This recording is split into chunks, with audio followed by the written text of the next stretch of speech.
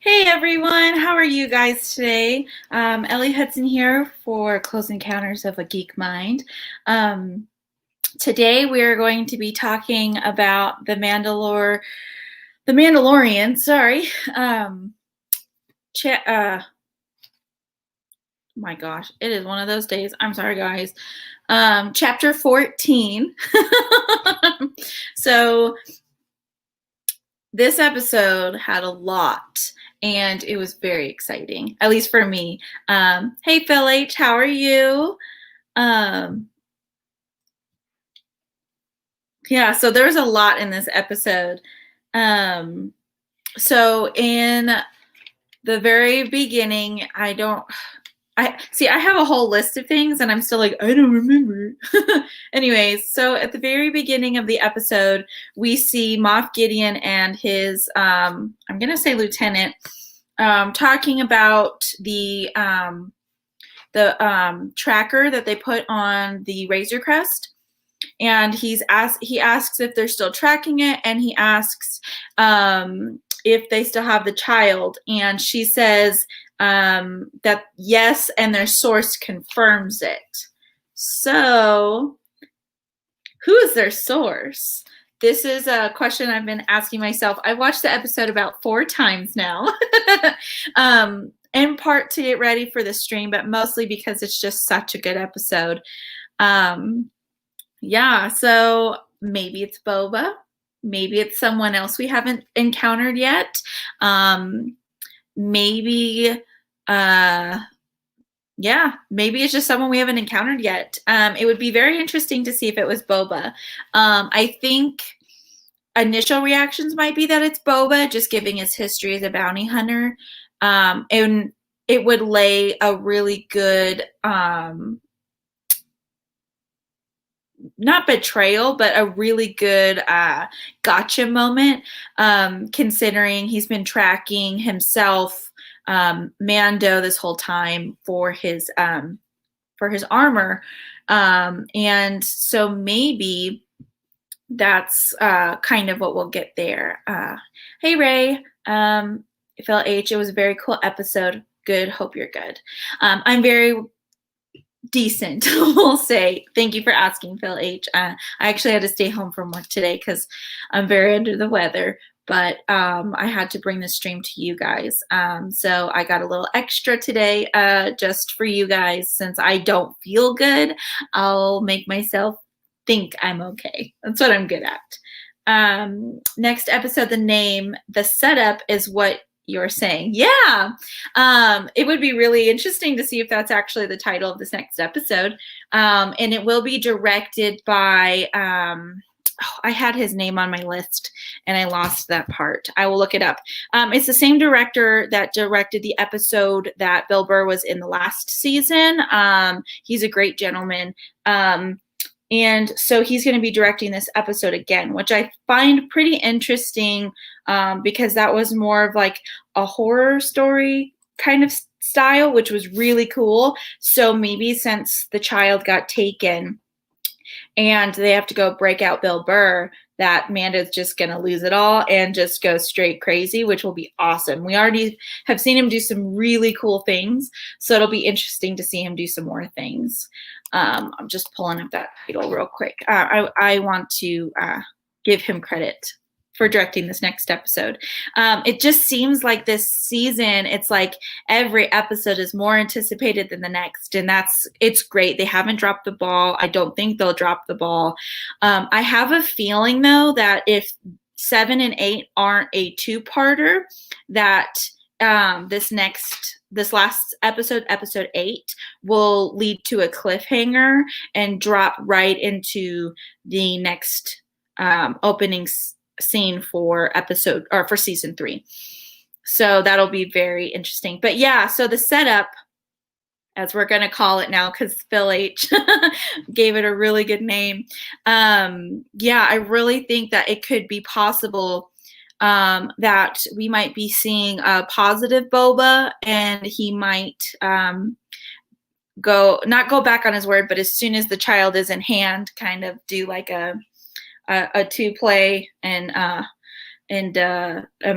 betray Mando, but I really don't think he will, as far as betrayal, but I do think he's definitely playing his own game, which he did say in this episode. He puts his allegiance to no one, though he did give his word to Din or Mando, that he would be with him until they get the child back. So his word is different than his allegiance. So he's not just blindly following someone just because it feels right. He gave his word, and his word means something to him. So I think that's kind of where the difference is there. So yeah, I'm beyond excited. Chapter 15, here we go. Yeah, something cool too, because I just saw the date as I'm trying to find this director's name, is that so tomorrow is the shareholders meeting for Disney. So they will pretty much have an outline of what this next fiscal year is going to look like. So we might get some really cool drops tomorrow. Since we're on the Boba topic, he's supposed to be rumored to have his own show. So maybe we'll get that teased. We might get a Rebels tease. We might get an Ahsoka's tease.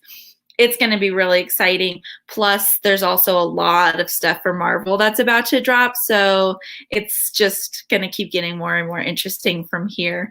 That is for sure. Rick Famuyiwa, or I said that wrong. Famuyiwa is, I think, how you say it. I apologize. I'm not necessarily the best with names. But yeah, so he's the one that's going to be directing this next episode. So it's going to be very interesting to see where that goes for. Give me my Obi-Wan show now. Yes, I think we're going to get the trailer for that. I know that Ewan was on set for some testing. That's what they released anyways, as what he was doing there. I personally think that we might get some flashbacks or some voice work from him for The Mandalorian. And I think that we're definitely going to get a trailer. It could be very easy for them to, by themselves, do that. With the way that the volume works, they could easily have a small crew in there and put that out there. Real quickly, because a lot of what I have to say later in this video is in courtesy of Star Wars Theory and Den of Nerds. They're probably my favorite YouTubers at the moment covering all of this. Star Wars Theory I've been following for a long, long time. He and I tend to be on the same mental wavelength, but he gets out first, obviously. I'm just starting my channel, and he's had his channel for about 4 years, but I'm always pretty much in agreement. And if I've thought it, he ends up making a video, it seems. It's pretty awesome. So I want to give a shout out to them because a lot of the theory stuff that I have is also contingent on some of the theories that they've dropped recently. It's just kind of compounding or putting other things in there. So I wanted to give a brief shout out to them real quick. Hey, Fearless Mermaid, Miss Amanda, how are you? Broken Birds, my other Amanda, or as Willow calls you, Auntie Manda. Thank you for dropping my link for Patreon. Yeah, come over to patreon.com/Close Encounters of a Geek Mind. Help support me out. It would be a lot easier to make content with some more support. My fellow ladies help bring these live streams to you with their support from Patreon. It would just be amazing. And thank you also for dropping the Facebook group. The Facebook group is where I put a lot of my initial thoughts for things. I share quite a lot of things on there, and it would be awesome to grow the community. So if you guys could come join me over there that aren't already over there and bring a friend, that'd be great. Let's see. So do you think the Jedi is coming to Grogu? So that is part of my theory that I'm going to do towards the end. Definitely, I do believe that. So it'll be interesting. I have a couple guesses on who it might be. Fearless Mermaid. I love Star Wars. I do too. That he is awesome. He's gone through so many stages of this YouTube thing, and he's just getting better and better. And it sucks that some fans can be cruel to him, but he's amazing, and he just doesn't need to listen to them. So I'll be his biggest champion forever, even if I have to vocally put it in my own video. He does have a cool channel, yeah, and he's really good about keeping it to Star Wars and outsourcing too. Like he has a really cool editor for him. He reaches out to the community to help with like fan art or clip art or music and stuff like that to be featured in his videos. I really love how he uses his platform. So yeah, fangirling out for another fan channel for sure. So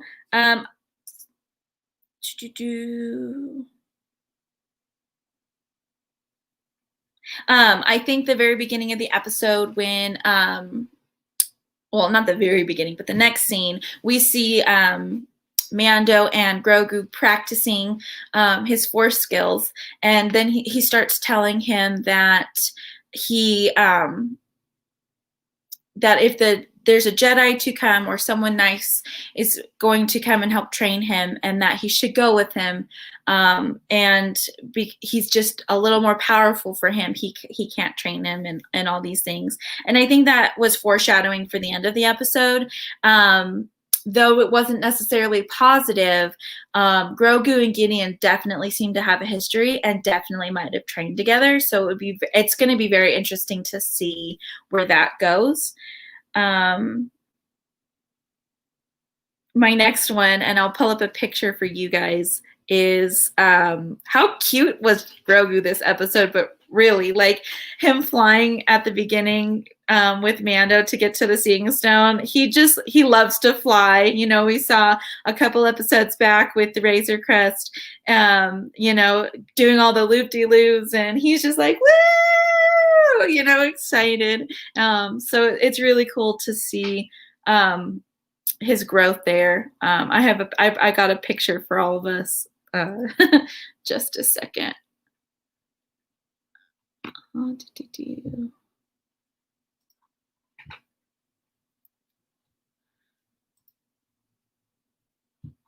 Oh, that's awesome. So the very first episode or picture I go to click ended up being the right one.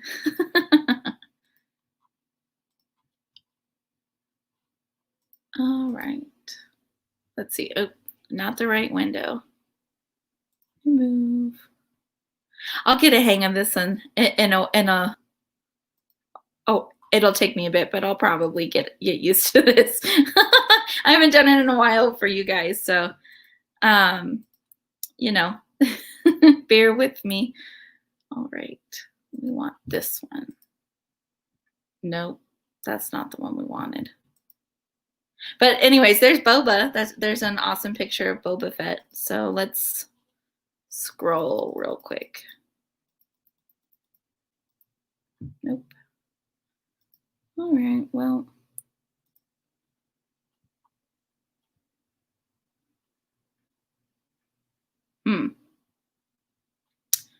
All right, well, these pictures didn't want to save. So anyways, I'll do pictures next time, so I apologize for that. But yeah, there's just some awesome content in here. Let's see what you guys are saying. Hey, Dan English, how are you? I know it's pretty late for you, but thanks for stopping in while you can. Listening and making a scarf. Yeah, before all this, while I was rewatching, I was finishing up a beanie for a coworker. So, yeah, got to do it away. Yes, loves him having fun. Dad gets a kick out of it too. Yeah, my dad, if my dad was still around and kicking, I could just imagine, I can only imagine his excitement.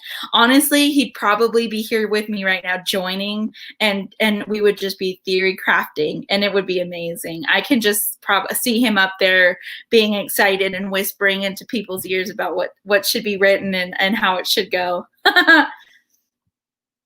Boba episode was effing amazing. Everything the sequel should have been. Agreed. And I think we're we're going to have, like I said last episode, we're going to have the answers that we needed for the sequels. Though they're not probably going to retcon it, I think this will give the context and setup for the movies, for what the rest of the galaxy was doing. I mean, it's a huge galaxy, so there's a lot that could have been in there. In the car, Steven is driving. Yep. Steven's a good driver. He's driven me somewhere before, so she's in good hands. Yeah, and it makes me wonder even more about Grogu's backstory. Could not agree more. I'm very interested into seeing where we're going. I think within the last 2 episodes, we might get some flashbacks, maybe from Gideon's point of view, about what their relationship might be. I'm very interested to see where that goes. So the stone and Grogu. So this, for me, I think was a very important part, because if you look around, he's playing with the blue butterflies, and that kind of nods into what my theory is at the end. I'll talk a little bit more about that there, but blue butterflies have been around through the comics and through other parts. So like specifically when Darth Vader in the Vader comics is meditating, there's some blue butterflies around, and it's supposed to represent the last bits of Anakin being around him. And then there's also a story arc where there was blue butterflies following Chewie and Ben Solo. So there's a couple possibilities there. And I think that will be a key thing into seeing who he's communicating with and who will come and get him. Broken Birds, my dad is a Star Wars nerd, but he could not get into Mando. What a weird old man. Maybe this season will change that. Maybe these last couple episodes, because we get so many callbacks. And I know he watched Clone Wars, so I think he'll be more than excited to see Ahsoka and Bo-Katan come back. It'd be really cool to see him for this season. Love the details about this show. So many Easter eggs, so many things being brought into canon. Could not agree more, Phil H. This to me is very important because it gives us fans more to talk about, more to be excited, and it brings in the engagement, right? We start talking and theory crafting and really getting into what we're watching, which is super important, I think, for a fan base.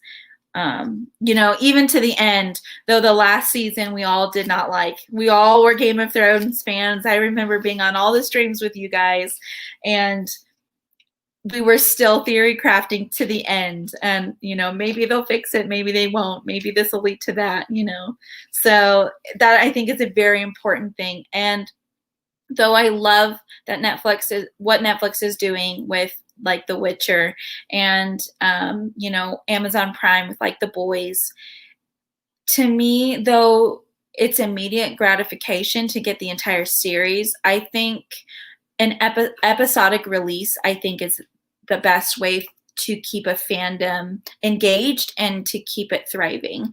So I think Disney Plus is really doing something great here with only releasing an episode a week. It gives us a chance to digest the episode, to find little things that might be in the next episode, and to just really, as a fandom, just devour it, I think that would be a smarter sense to go for other series, but not all of them will. So we'll see. All right. So sorry. Someone asked which Jedi will show up. I'm hoping for a brand new one. Honestly, not sure. Yeah, I'm kind of on board with you there as far as it would be awesome. And that's kind of where my theory is going, is that it's going to be somebody we already know. But maybe the Bridge of Both Worlds would be like Cal Kestis, because we only see him in the games. We've not seen him live action. And I think that would be very interesting. Did your dad watch Clone Wars or Rebels? He might enjoy it more if he had. Phil H., I'm pretty sure Broken Bird's dad did watch Clone Wars.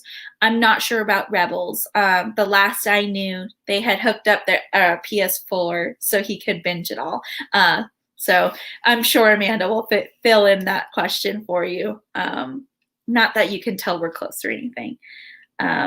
So yeah, I have to bring this picture up because I think it's really cute. It's also the icon for this stream I put up there. It's Grogu with the blue butterflies. So let me just get into the photos and I will put it up there. But yeah, thank you guys for bringing in all these awesome questions and engagement. It's really what helps make this stream as best as we can. I know I don't have very many viewers, and maybe one day it'll grow and that could change.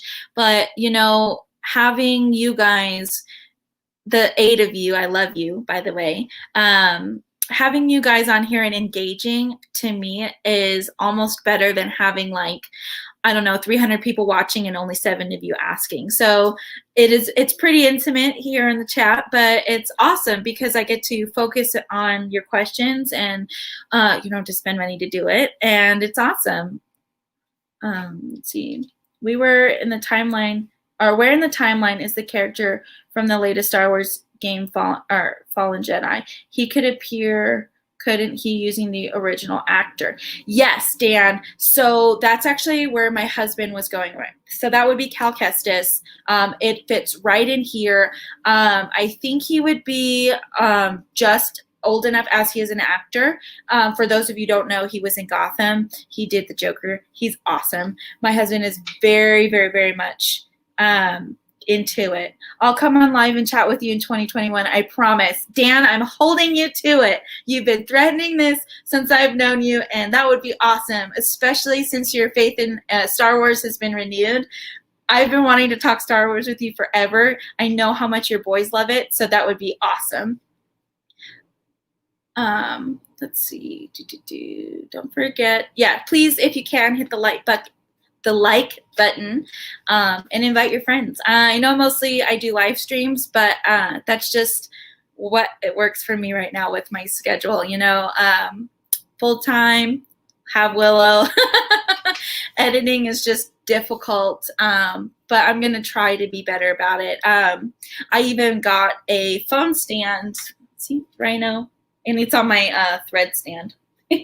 So I can start trying to do videos with my phone. I think that might be a little easier because then, as throughout the day and when I'm on the go, I can edit on my phone. So we'll see. There's lots in the works.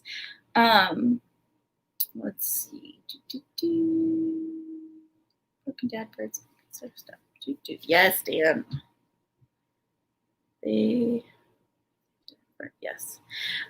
Yeah, so that would be awesome. I do agree, Amanda. Mace Windu would be awesome. It would be really cool to see how he could live, especially with Boba back. Him getting his revenge for his father would be awesome. So that kind of deviates a little from my little outline I had, but how about Boba's age? Okay, so when you meet Ahsoka, she's 14. By the time Clone Wars is over, she's about 17 or 18. And then when you see her in Rebels, she's in her 20s. So say she's like 16 when we see Boba in Clone Wars. He does do a little stint. I think he's like 10. So he's maybe like 5 years younger than Ahsoka. And when we see Ahsoka in the show, in Mandalorian, she's 45. And Boba was supposed to be an unaltered clone with no aging accelerant. So with that in mind, he is being played older. So I wonder where that's going to be. Maybe they're the same age. I'm not sure, but it'll be interesting to see where they go from there. That's kind of one of the only confusing things I'm seeing in there as far as timeline, but that would be awesome. Well, if Darth Maul can live, so can Windu. Yes, and so can Qui-Gon. I'll talk about that at the end. That's a little Star Wars theory for you that I wanted to go on. No one we don't get very much of him. And if we don't get very much of him in the Obi-Wan series, I'll be upset. Gotta go to bed. Main move day tomorrow. Take care all. Good luck with the move, Dan. Be safe. Kelly and the boys and you, I'm sure, will knock it out of the park. Have as much fun as you can. Don't forget about the major scars across his face, head, and it makes him look older, in my opinion. That is a very good explanation. That's why I wanted to bring it up. Thank you, Phil H. I needed answers, and that's a very good answer. Which also brings me to another thing. So we'll just go into this part. So we have Fennec, and she shows her her, I don't want to say cyborg parts, but her new parts that helps her live. With all of the action involved, though Boba Fett is amazing, he is a beast. Do you guys think that maybe he could also have some upgrades, and that's also could be a factor? Not necessarily in why he's aged. I like the scars part, but that could also help with all of that extra OP strength. I know he's amazing and a beast, but I really think that he also might have some cybernetics in there. I will have a fit of joy. Yes, Amanda, me too. So anywho, we end up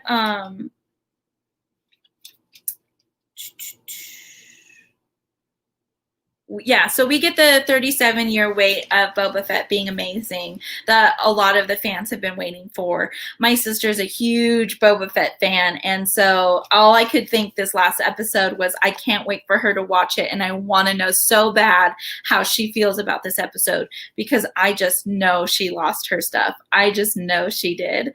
And that knee launcher, like, come on, that was awesome.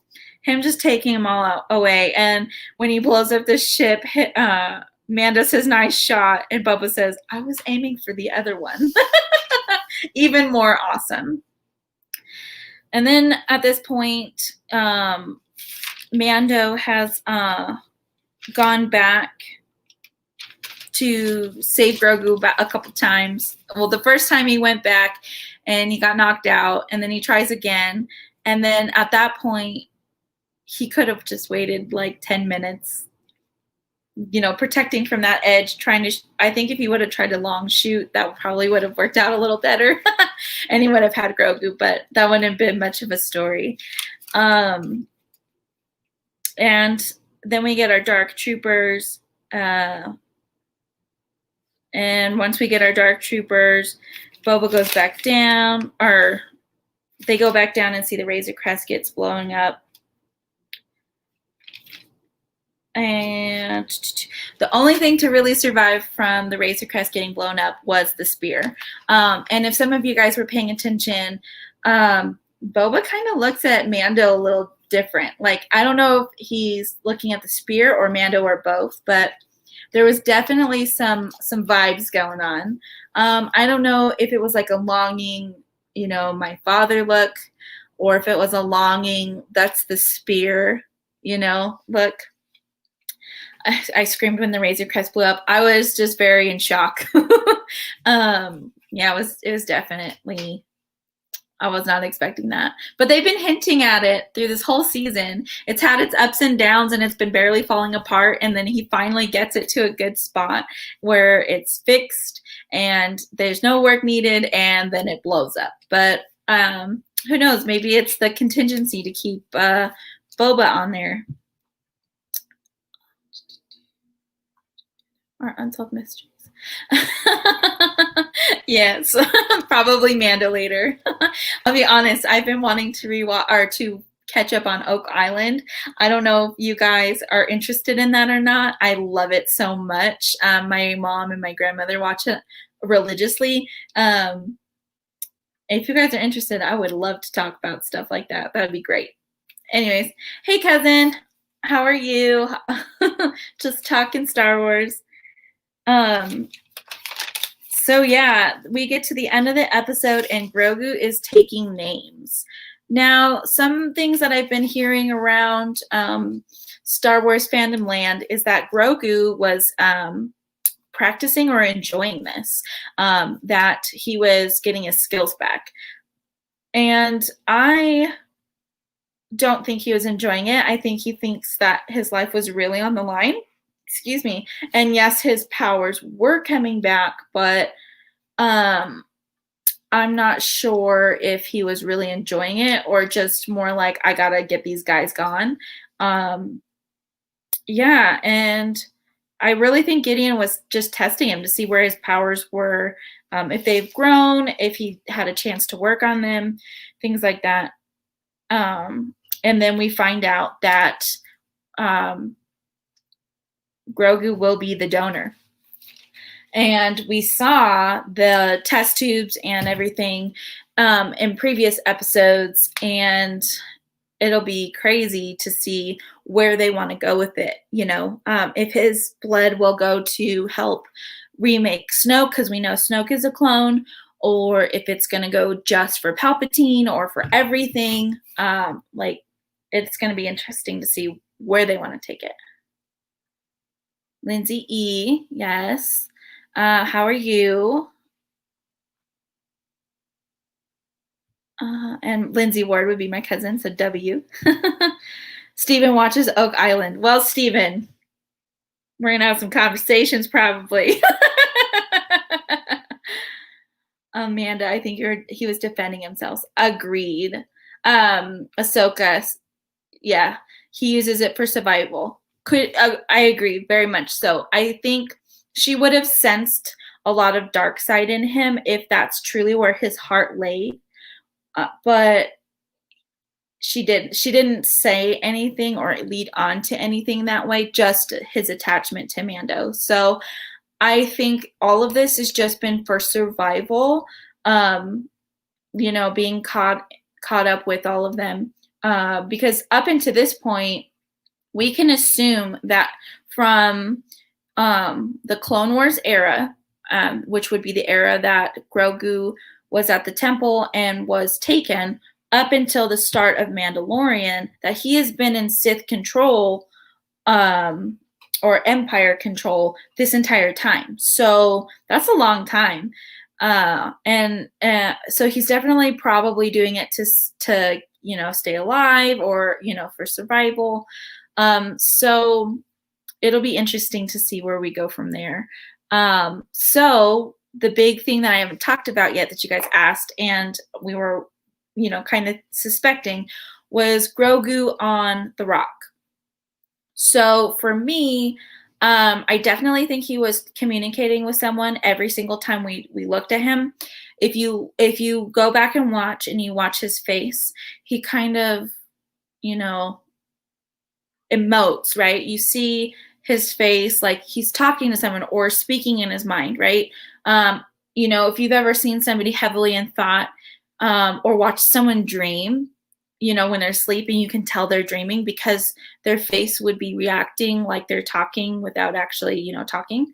I think that's what we were seeing on his face. And as I mentioned, the blue butterflies, and I mentioned the Anakin thing. So my theory, it's a two-part theory. So it would start in the Clone Wars. So I went back and watched Revenge of the Sith, and I wanted to see when Order 66 was placed, I wanted to see exactly what Palpatine told Anakin. And all he said was to take out the temple any means necessary. And so by this, he's still more Annie than he is Darth Vader. And so if Grogu had been taken at the Order, not before, he could have been before, but we'll talk about that in a minute.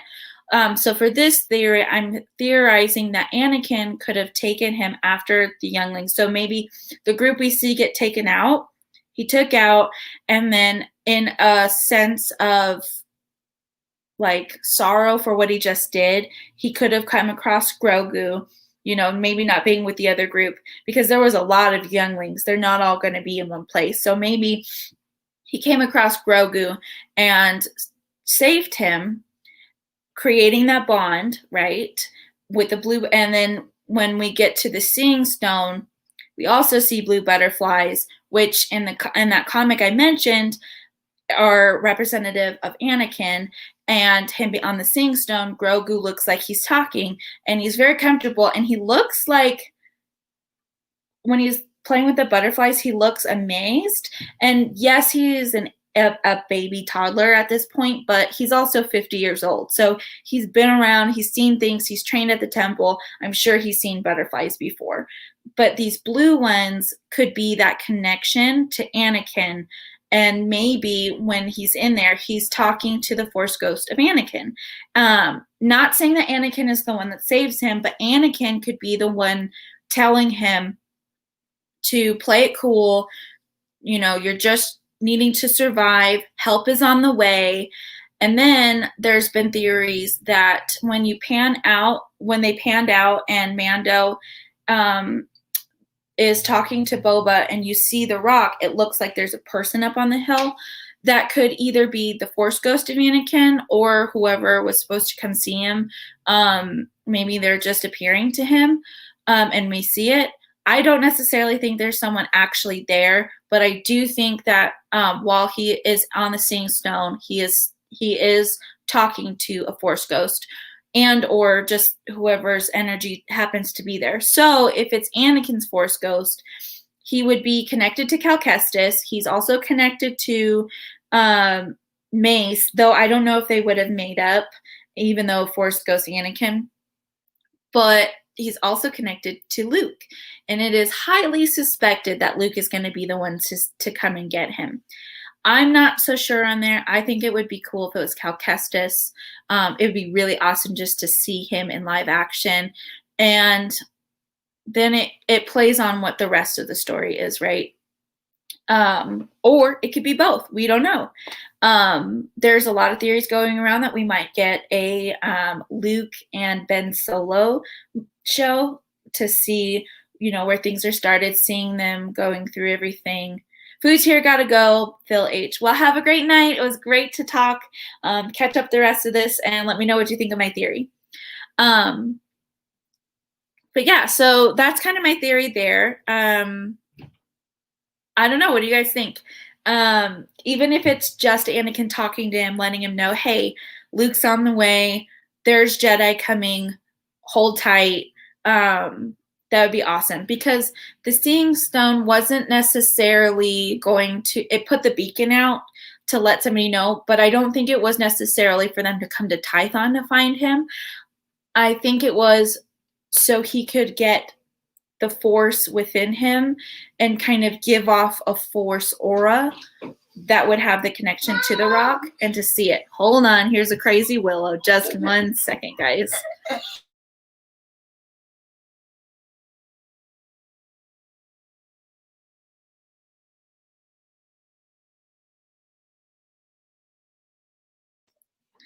Man, oh man. Sorry, guys. I know you guys know the drill. She got one of her favorite shows, Super Monsters. They come out with seasonal episodes, and their Christmas episode just dropped. So she's like through the moon and had to show me. Anyways, so I definitely think that might be where we get going there. It just would be pretty awesome. It would be a cool way to show Anakin's continual growth and to redemption, I guess. But yeah, what do you guys think? Yeah, it would just be awesome to know what you guys think of my theory for that. Like I said, it's a two-parter, it's a compounder. Some people think that Mace might have saved Grogu. Some people think it was Yaddle. That would be pretty awesome, because we do see her in the Phantom Menace, I believe, when you first get into the Jedi Temple, and they're meeting the Jedi Council to see if Anakin should be trained. She has a huge storyline in Legends. They might use some of it. She's very powerful, just like Yoda. So it would be really cool if it could be her.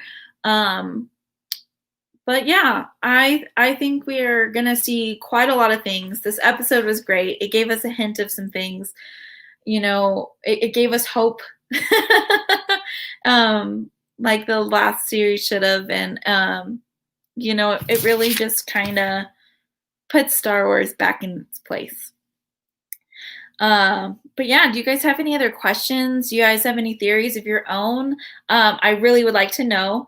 If you don't do them in the live comments, leave a comment on the live stream video after. Come join us at Close Encounters of a Geek Mind on Facebook. That would be awesome. We could continue this conversation. I'm probably going to try to make an actual fan theory video for my theory that I just laid out with pictures and stuff. Just because I think it would be really cool. You know, I think it's a good one. I don't think it's too far-fetched. And I think it would be interesting to see where we go. Would it take away from Anakin from his turn to the dark side if he spared Grogu? I think it was someone besides Anakin. I want more backstory on Grogu. I agreed, and I don't think so. I think the taking out the younglings really solidified some of the dark force in him. But for me, his real turn was when he confronts Obi-Wan and Padme on Mustafar. And right before that battle, I think that is really what set it off, because at that point, he really does think that the Jedi betrayed him, and he thinks that Obi-Wan betrayed him with Padme because she was supposed to come by herself and Obi-Wan snuck on the ship. And so for him, that's like a huge betrayal. And he doesn't know what's going on at this point. His mind's racing. So he's going to think everything, the worst of everything at this point. So I don't really think so. I think if anything, it helped keep him still at that middle ground for that launching point when he confronts Obi-Wan and Padme. I think it's pretty solid, but only because I know who Anakin, Mace, and Luke are. Well, thanks, Broken Birds. I'm glad you think that. Yeah, so I'll try to flesh that out. If not, I'll at least write something up so then we can talk about it on Close Encounters, because I think it's a really cool, interesting idea. It's a little different, but it's a good way to keep it all together. I think season 3 will definitely get a lot more backstory on Grogu. I don't think that Mando will get him back this season. I think that this next episode is going to be them getting the gang together. I think it's going to be them getting the team, everything necessary, and I think we're going to see them go towards Gideon and meet towards that area. And I think we might get like a hint of which Jedi might be coming. And then I think in the last episode, we'll get that meet. We'll get to see a lot of action of them trying and attempting to get Grogu back.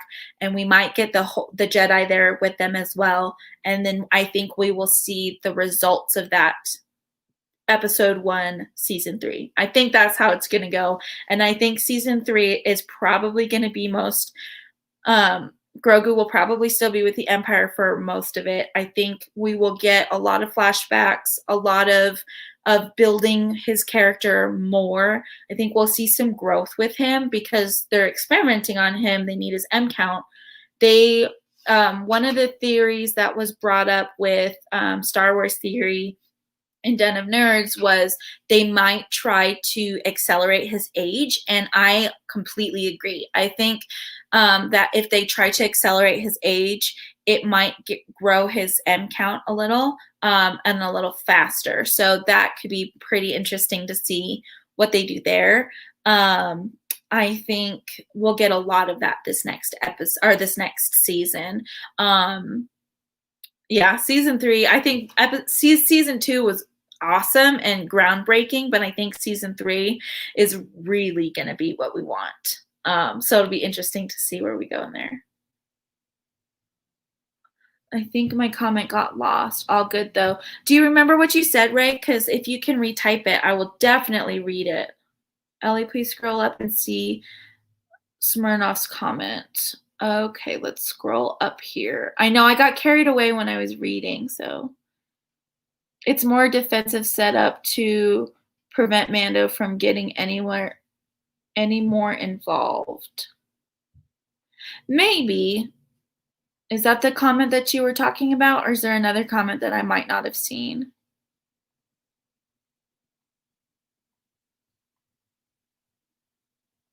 If you guys can find his comment and maybe retype it, because I'm not sure if the one I found is the whole comment. Um, Definitely. Yeah, I suspect the people who had him in the beginning were mercenaries of some kind. Maybe I didn't go far enough.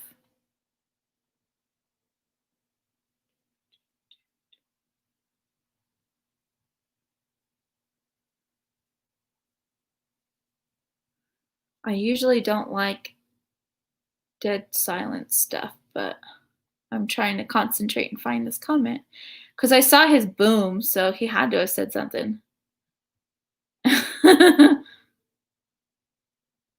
Okay, let's see what you guys are saying.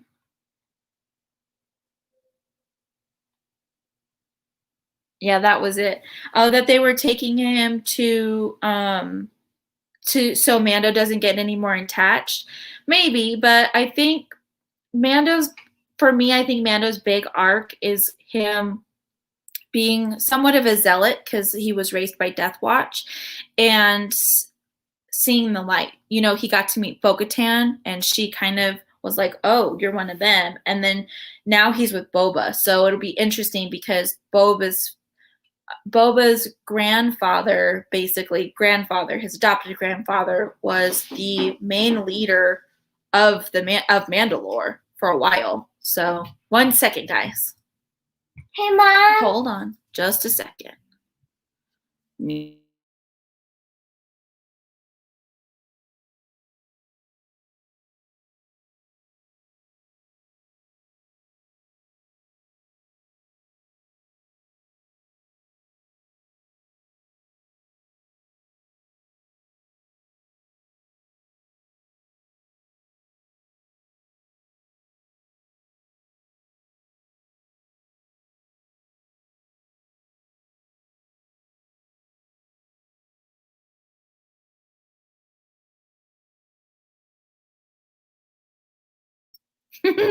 Sorry, guys. She had to come tell me Santa has magic powers. Let's see. Being so sorry. I'm gonna learn what it really means to be Mandalorian. Yeah, I really think that's what it's gonna be, and I think Boba's gonna be the one to do it for sure. Yeah, you know, Ray, I feel really bad because I missed the comment, and I'm not sure where you were going with it. If you were just meaning just a little bit, or if it was like an expansive. So go on Close Encounters, post it, and we'll talk. Promise. And then we'll talk about it next week for sure. But yeah, definitely could be just having them set up that way so he's not attached. There's rumors flying around that we might get a Darth Grogu, a dark side user of him. I don't really think he'll go full dark side, but I think he'll be what Anakin could have been, and kind of like on a Mace side where he uses some dark side powers and stays more neutral. And a lot of reason for this is the force choke. He's always using force choke. And so a lot of people are thinking he might go dark side. That could be very interesting. It could be interesting in the sense that once they turn him, maybe he goes against Mando and he has to go about somebody he loves. It's a very, very dynamic, very Star Wars thing to do. So who knows? We'll see. But anyways, guys, I'm going to end it here. Please, please, please come to Close Encounters of a Geek Mind on Facebook. And let's continue the conversation because this was a great conversation and I love where we were going with this. I will try to write up that theory for you guys so we can talk about that as well. And let's just keep watching the episode and finding things and keeping it on there. On the ticker on the bottom, it shows you my Patreon, patreon.com, Close Encounters of a Geek Mind.